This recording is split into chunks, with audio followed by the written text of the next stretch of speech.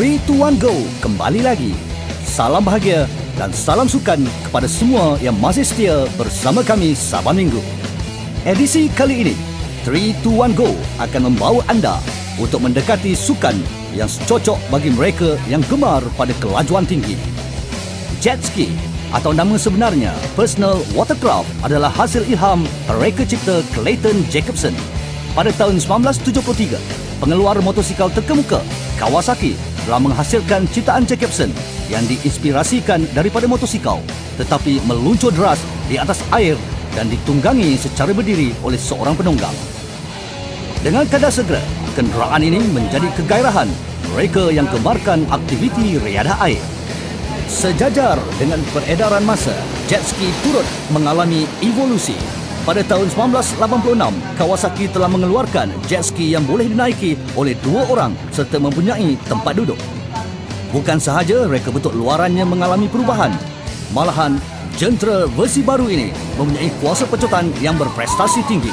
Ada di antaranya yang mempunyai kupaian enjin sehingga 200 kuasa kuda dan mampu memecut selaju 180 km sejam.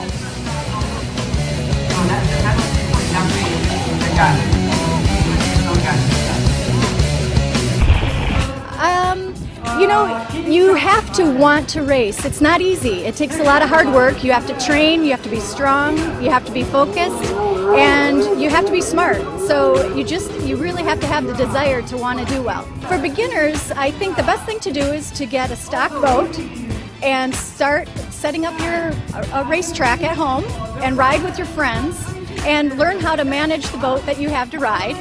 Then, when you go to your first race, you want to make sure to find other seasoned racers and ask them to help you. Racers are very willing to help each other. So when you go to the races and you find somebody that does a real good job, ask them for advice. Ask them to take you under their wing, so to speak, and they will.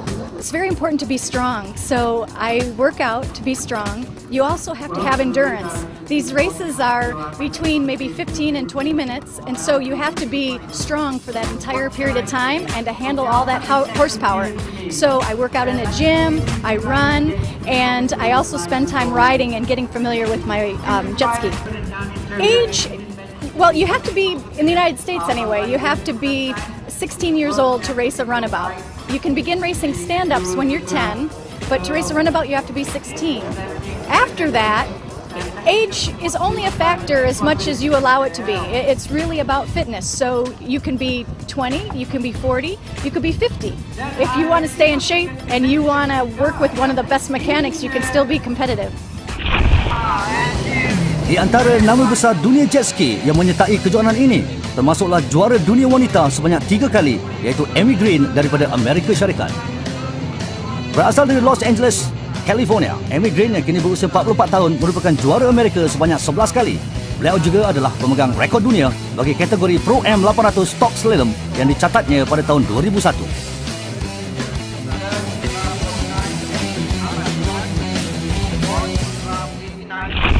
My name is Amy Green, and I am from Los Angeles, California. I started racing watercraft about 12 years ago. I won my first world record in 2001 in the slalom. I won 3 world titles at the IGSBA World Finals in 2004, 5, and 6. And I'm very excited to be here in Malaysia. It's my first time. I really like the water sports. I like going fast. And I like competing. I like having a goal, setting a goal, and doing better and better for myself. I'm still having fun, so I'm not sure when I will. I guess the end of my career will come when I'm not having fun anymore. But I'm still having fun, so I don't necessarily see a sight or an end in sight real soon. Tujuan saya cadangkan akademi ini kerana buat masa ini kebanyakan racer termasuk saya dah race 15 tahun. We don't have any guardian, tak ada tujuan, tak ada guide ya. Jadi kita memandai dia semua, you know. So I met Chris Fischetti, dia 3-time world champion dan dia memang ada akademi di US dan saya cadangkan kita establish satu di sini. Untuk race ini kita adakan cleaning dan I think a few of the riders yang masuk pun dah nampak result dia lah ya. Kita buat pembesaran bersama government lah kan, sebab kita nak pergi all over Malaysia untuk pilih. Kita tak nak sport ni macam untuk elite saja. Kita nak merakyatkan jet ski ni. Because kalau kita pergi ke kampung ke mana, physically yang budak-budak sana memang tough. So the elite punya circle ni, they got money tapi kadang they physically not fit, So buat masa ini pun ada 12 tim di Malaysia. Kita sedang mencari.